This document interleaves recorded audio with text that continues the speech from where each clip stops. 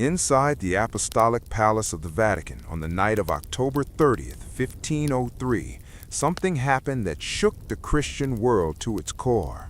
Under vaulted ceilings built to honor the divine, 50 naked courtesans crawled across the freezing marble floor.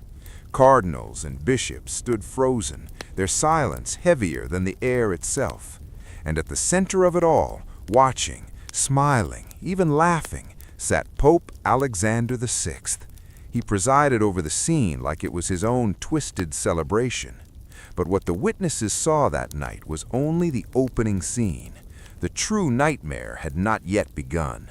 What followed would be so depraved, so violently opposed to the very idea of sanctity that even the most hardened chroniclers centuries later struggled to write it down without hesitation. This is the story of Lucrezia Borgia, a woman trapped in a dynasty where power mattered more than blood, faith, or human dignity. A woman whose wedding night became one of the darkest stains in Vatican history. If hidden horrors of the past fascinate you, subscribe to Grim History, hit the like button, and once you reach the moment that unsettles you most, tell me where you're watching from. Let's begin. In the autumn of 1503, the bells of St. Peter's rang across Rome, carrying news that quickly consumed Italy. The Pope had announced that his daughter, twice widowed under circumstances dripping with suspicion, would marry once more. But this time there would be no distant palace, no quiet noble hall. The ceremony would take place inside the Vatican itself, in the papal apartments beneath sacred frescoes and symbols meant to represent heaven's judgment. The groom chosen for Lucrezia was Alfonso d'Este, the young heir to the powerful Duchy of Ferrara. To the rest of Italy, this alliance looked like a political triumph. To Alfonso, it felt more like a quiet execution. Lucrezia's past was infamous. Her first husband, Giovanni Sforza, had run from Rome claiming assassins had been sent for him. Her second, Alfonso of Aragon, had been strangled on the steps of the Vatican, rumor pointing directly toward her brother Cesare. And now another Alfonso was being bound to the Borgia family. He knew the danger. Every noble in Italy did. Desperate to escape what he knew was coming, Alfonso tried everything. Diplomatic excuses, delays, pleas through emissaries. But Alexander VI was not a man who tolerated refusal. Inside the Vatican, surrounded by scarlet-robed cardinals, his command was absolute. Messengers rode day and night toward Ferrara with the simple message, accept this marriage or be destroyed. If the Este family resisted, Ferrara would face Cesare's merciless armies. Their dynasty could be shattered, and excommunication would strip them of both legitimacy and allies. Italy understood the truth well. No one survived a conflict with the Borgias. Realizing resistance meant annihilation, Duke Erdiste ordered his son to travel to Rome and surrender to the unavoidable alliance. Meanwhile, in her Vatican apartments, Lucrezia Borgia gazed out over the eternal city, her expression heavy with a sorrow far older than her 21 years. Europe had painted her as a seductress, a poisoner, a woman who manipulated men like chess pieces. But those closest to her knew the truth. She was not a mastermind of deceit, but a pawn trapped between a father and brother whose ambitions knew no limits. Her first marriage was dissolved the moment it ceased to benefit them. Her second husband, whom she had genuinely loved, was murdered before her eyes, a fate she could neither prevent nor avenge. Her attendants whispered that she woke in the dead of night, clasping her chest, trembling from nightmares she refused to discuss. She knew this third marriage would not bring love, but even she could not imagine what her wedding night would become. Something dark, calculated, and cruel was gathering behind Vatican walls. Preparations for the ceremony moved quickly, yet the atmosphere inside the Apostolic Palace felt suffocating. Servants averted their eyes, cardinals muttered in hushed tones, strange figures passed through forbidden hallways at odd hours. Rumors swelled of secret instructions, of guests brought in through hidden passages, and one man felt the weight of it all more than anyone. Johann Burchard, the Vatican's master of ceremonies. He had seen countless scandals under Alexander VI, extravagant feasts, political bribes, sacred offices sold like trinkets. But something about this night sent a cold unease through him. He sensed that this event would eclipse every scandal he had ever recorded. He sensed that he was about to witness something history would struggle to speak of. A trap had been set, gilded, polished, and inescapable, and both bride and groom were already marching toward its center. In December, Alonso d'Este entered Rome with a small escort. His journey from Ferrara had dragged him through frozen mountains, battered roads, and a growing dread that settled heavily on his chest. But nothing prepared him for the sight of the Vatican, a stone colossus rising above the city, half bathed in candlelight, half lost in scaffolding. It looked less like the heart of Christianity and more like a fortress built to swallow those who dared oppose it. Inside, the welcome was overwhelming. Alexander VI sat upon its throne, robed in shimmering white and gold that reflected the candlelight like molten metal. Beside him stood Caesar, silent, motionless, and terrifying in his restraint. Though only 26, he was already feared across Italy. Entire families vanished at his command. Cities surrendered at his approach. When his eyes locked onto Alfonso, the meaning was unmistakable. You are no guest here. Over the following weeks, Alfonso endured humiliation disguised as celebration. At banquets, he was seated beside courtesans, while high-ranking clergy watched with thinly concealed amusement. On hunts, Caesar displayed a ruthless skill that felt more like a warning than sport. During receptions, Alexander V made pointed remarks about the tragic ends of Lucrezia's previous husbands. Every gesture carried the same quiet threat: you belong to us now. And the worst part, the true horror of this wedding, the moment that history would whisper about for centuries, had not yet begun. There were hunts where Caesar displayed his dominance with cold, effortless precision, reminding Alfonso with every arrow and every fallen beast that he commanded not only armies, but fear itself. There were receptions where Alexander mocked the fates of Lucrezia's previous husbands in front of the entire court, hinting almost cheerfully how short the life of a Borgia son-in-law tended to be. Alfonso tried to preserve what remained of his dignity, but by then he was a prisoner wrapped in ceremony. His own knights were kept isolated in the Vatican under flimsy excuses. He slept in rooms watched day and night by papal guards. Every passing hour revealed the truth more clearly. He had walked into a trap, and there was no path back out. The marriage was nothing but a facade. The real purpose was far more vicious. The Borgias intended to break the Este family's pride, humiliate them before Italy, and show every noble house from Florence to Naples that their will could crush any lineage, no matter how old or powerful. And while Alfonso endured this quiet psychological siege, preparations of a very different nature were unfolding deep within the Vatican. Caesar took personal command of the wedding night's feast, and his vision pushed far beyond what even Rome's most decadent circles would have dared to whisper aloud. Behind closed doors, he met with his father to finalize the details that would have horrified any soul who still held the church in reverence. 50 of the most striking courtesans in Rome were hand-selected and taken into secret chambers beneath the palace. These were not ordinary prostitutes, but educated, refined women who frequented the salons of nobles. Many trembled when they learned what the Pope expected of them, yet none dared to defy the head of Christendom. They were ordered to dress in lavish velvet and silk garments they would later be compelled to remove. They were escorted through hidden passageways, led by lantern light, so that on the night of the wedding they could be funneled into the papal apartments without warning.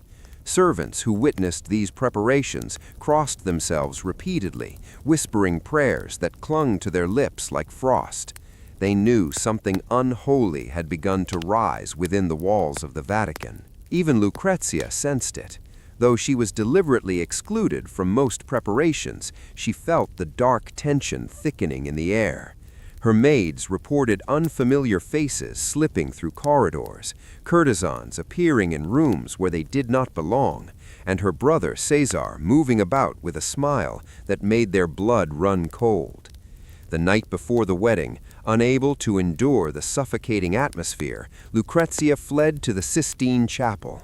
Beneath Michelangelo's vast, thunderous sky, beneath the painted hand of God reaching toward Adam, she collapsed to her knees.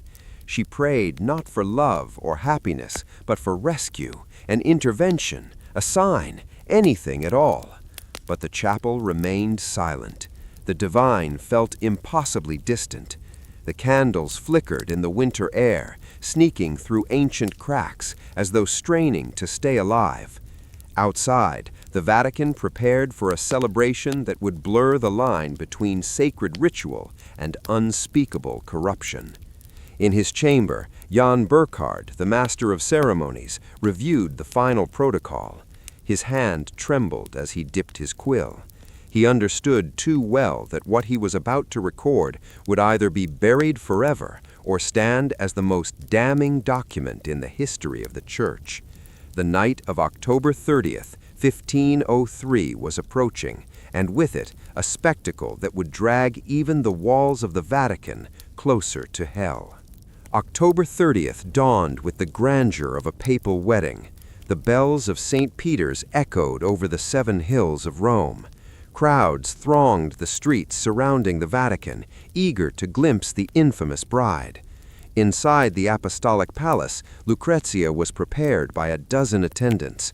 She wore a gown of shimmering silk, embroidered with gold, glowing like liquid flame beneath the candles. Her hair, long, bright, and carefully braided with pearls, fell down her shoulders in intricate plaits. Her face was pale, powdered to mask the exhaustion and fear beneath her eyes.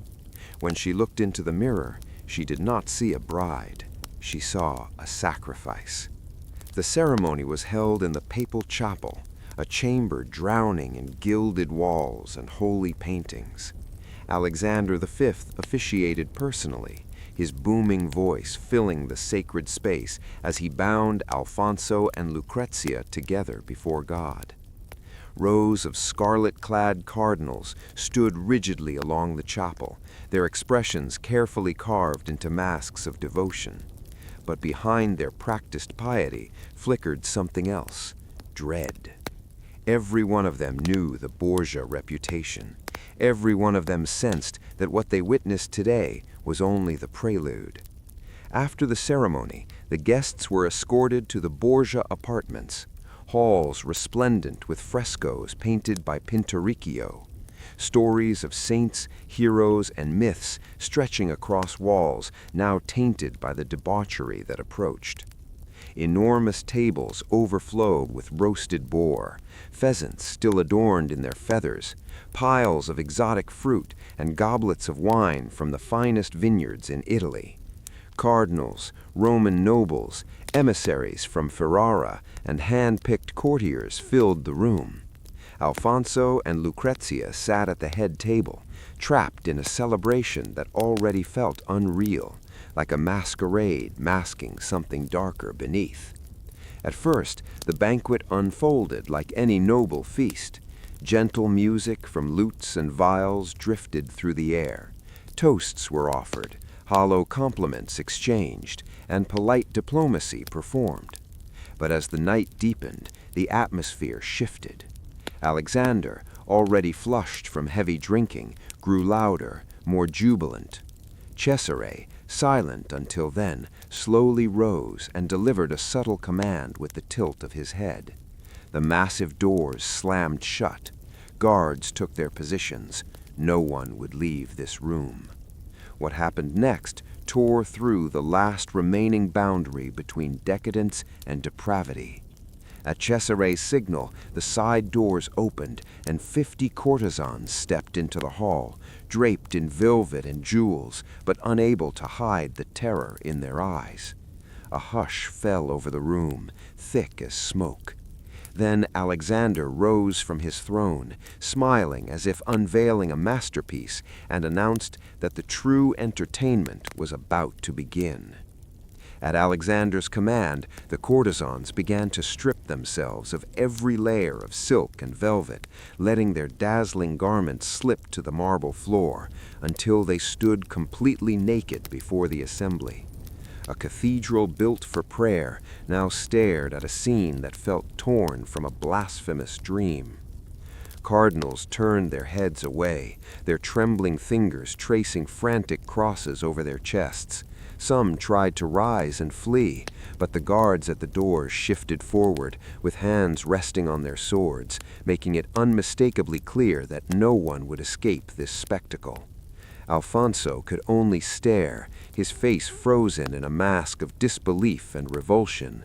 Lucrezia sat beside him, petrified, her tears streaming silently, soaking into the silk of her wedding dress, her hands clenched so tightly in her lap that her knuckles blanched white. Then came the Pope's next order. The naked courtesans were commanded to dance between the long banquet tables. Servants lit towering candelabras, and the flames cast jagged shadows across the frescoed walls. The women moved through the flickering light like spectral figures, their silhouettes twisting across the holy paintings, saints and angels watching silently as the Vatican devolved into a pagan ritual. But Alexander was only beginning.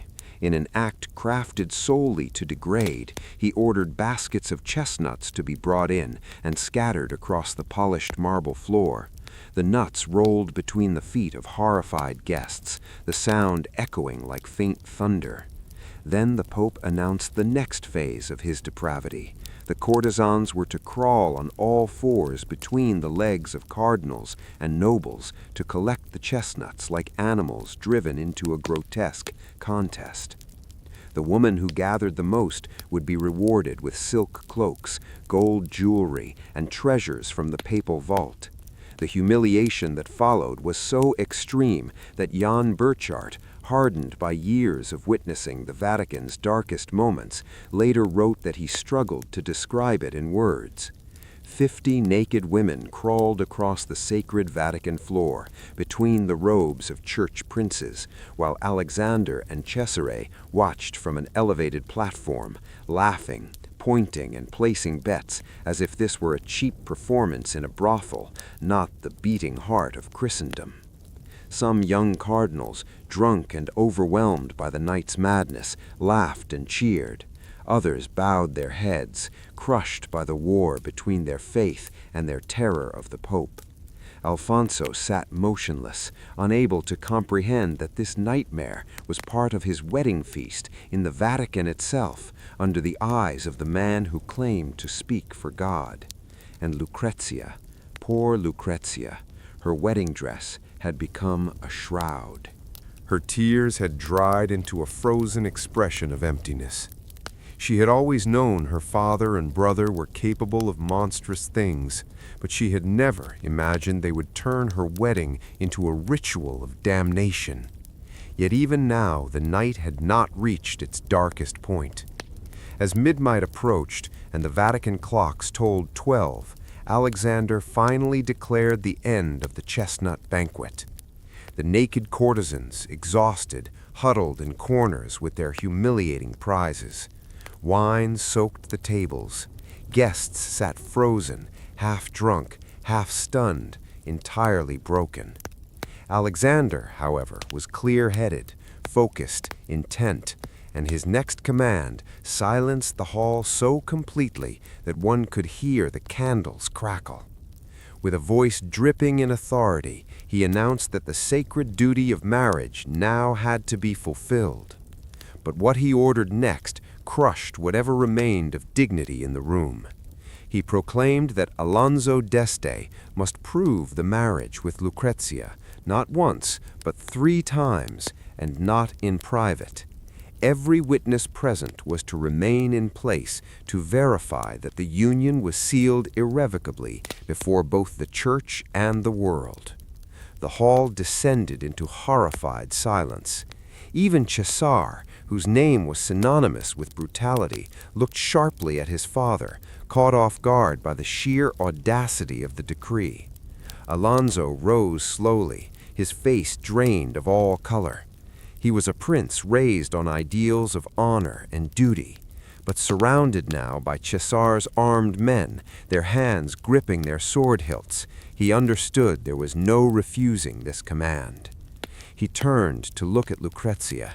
She trembled like a bird trapped beneath the predator's shadow. Her eyes were vacant, her spirit already battered past the point of resistance. Her lips moved, but no sound escaped. Under the murderous gaze of the guards and the expectant stare of the Pope, Alfonso had no choice. He escorted Lucrezia toward an adjoining chamber, a room normally used for receiving diplomats, now transformed into a furnished bridal chamber. The doors remained wide open. No privacy, no humanity. Those who had not fled were forced to stand in the outer room in full view of what was about to take place. What followed was not a union. It was the destruction of two human beings. Witnesses stared in stunned silence. Some whispered desperate prayers. Others cried quietly. Even the courtesans, victims of their own degradation, looked away in grief. And as the night dragged on and the Pope's horrific order unfolded step by step, a single unspoken truth filled the Vatican. Something sacred had died in that palace, and Rome would never be the same again. By the time the night dragged into its final hours, Lucrezia had slipped into a state beyond exhaustion, beyond fear. Her mind, desperate to survive, had separated from the nightmare unfolding around her. She moved mechanically, without thought, as if her spirit had fled her body to escape the horror she could no longer fight. And then, just as the first pale light of dawn crept through the windows of the Borgia apartments, Pope Alexander VI issued the command for the third and final fulfillment of his monstrous decree. Cesar was present again, watching coldly, overseeing every detail with the same clinical detachment he used on the battlefield. When the ordeal was completed, he announced triumphantly that the marriage was now bound 3 times, sealed in the eyes of both the Church and the law, impossible to challenge or undo. Alexander VI lifted his wine cup in satisfaction, smiling as if the night had been nothing more than an extravagant celebration instead of a descent into moral abyss.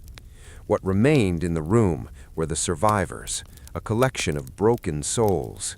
Cardinals who had entered the apartment draped in scarlet as servants of God now stood as unwilling witnesses to an atrocity they could never confess. Their silence, their inaction, had made them accomplices. When the sun rose fully over Rome, it revealed devastation. Empty wine jugs, chestnuts crushed into the marble floor, exhausted courtesans curled in corners, guards standing like statues, eyes downcast. In the adjoining chamber, Lucrezia lay completely still, staring upward as if the ceiling itself were miles away. Her body remained in the room, but her spirit was elsewhere, somewhere unreachable. Alfonso sat at the edge of the bed, trembling violently, his face buried in his hands. Nothing in his life, no battlefield, no political threat had ever shattered him like this night. There was no revenge powerful enough to restore what had been taken from him. Within days, he left Rome quietly, broken beyond repair, returning to Ferrara with a silence he would carry for the rest of his life. Not once did he ever speak of the night again. The story could not be contained. Word of the banquet spread like a plague. Whispers in Roman streets turned into murmurs across Italy, then erupted into reports sent to courts throughout Europe. Ambassadors wrote encoded letters. Priests spoke in veiled warnings. Nobles read the dispatches in stunned disbelief. The Venetian envoy famously wrote, "What happened in the Vatican surpasses even the darkest imaginations of ancient Rome." He declared that the Pope had disgraced not only his daughter, but the entire church. The Borgias had been feared before, but now they were viewed as the very embodiment of corruption. In marketplaces and taverns, people lowered their voices when uttering their name, as if the family itself could hear their whispers. Across Europe, preachers seized the tale as proof of Rome's moral rot. Among them was a monk who would soon plunge the church into upheaval, Martin Luther. Years later, he would cite the Borgia feast as a symbol of everything poisoned within the Vatican. Meanwhile, Jan Burchard, the one man who had witnessed everything from beginning to end, recorded it all in his diary. His hands had trembled as he wrote, aware that his account might either vanish under Vatican secrecy or one day stand as the most damning testimony ever written about the Church. Lucrezia Borgia's wedding night never escaped the shadow of that night. She moved to Ferrara with Alfonso and tried desperately to craft a normal life as a duchess. She funded charities, she protected artists, she nurtured literature and beauty. But those who saw her privately described the same thing, a lingering sorrow, a quiet melancholy, eyes that had seen too much. She bore children with Alfonso, but their marriage, irrevocably poisoned by that night, was a hollow shell. They lived side by side, but separated by a wound no human could mend. Lucrezia Borgia died young, at 39, giving birth to her 8th child. On her deathbed, she asked for a priest and prayed until her final breath. Her last recorded words were, "I am ready to be free at last." Freedom, something she had been denied her entire life. Alexander VI died only months after the banquet, rumors whispering the poison, the tool he had used so often, had finally found its way back to him. Cesare Borgia, stripped of power after his father's death, fell in a lonely ambush in Spain. His body was mutilated and thrown into an unmarked grave, far from the grandeur he believed he was destined for. But the night of October 30th, 1503, did not die with them. It became a symbol, an icon of corruption so severe that it fueled the flames of the Protestant Reformation. Martin Luther and others invoked the Borgias repeatedly as proof of the Vatican's decay. The Counter-Reformation that followed was in part an attempt to erase the stain of this family from history. Yet the truth survived. Centuries later, Burchard's diary resurfaced, dragging the event back into the light. Even today, more than 500 years after that night, the chestnut banquet and the triple shame stand as infamous reminders of what happens when absolute power loses all restraint. It warns us that humanity's darkest acts are often committed in the places meant to be sacred. The story of Lucrezia Borgia's wedding night is not simply history. It is a mirror, a warning, a reminder that evil often thrives in silence. If you've reached the end of this account, write Borgia in the comments so we know you walked with us through this entire chilling descent. And remember, the past is not dead. It watches. It warns.